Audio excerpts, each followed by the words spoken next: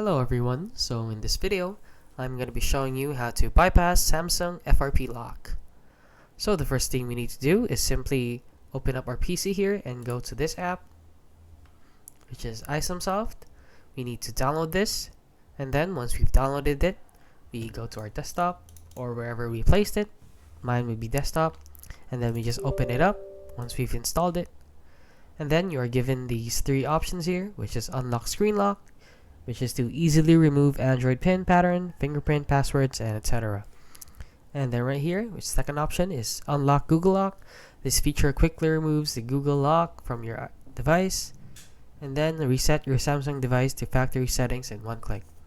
So right here, if you want to bypass FRP lock, all you need to do is click on this, and then we select a device brand, and then unlock Google Lock FRP. The software will quickly remove Google Lock from your Samsung device.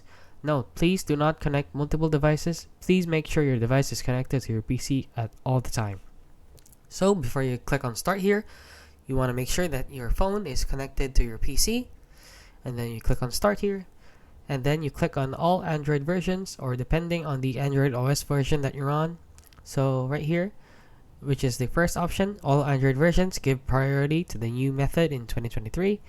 All Android versions compatible with the older versions, and USA model, which is you can check here. And I'm actually going to choose this one since I have an older phone, which I'll click on next.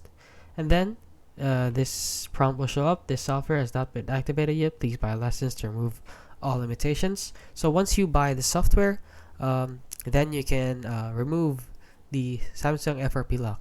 And yeah, that is it. If you found this video helpful, please consider liking and subscribing.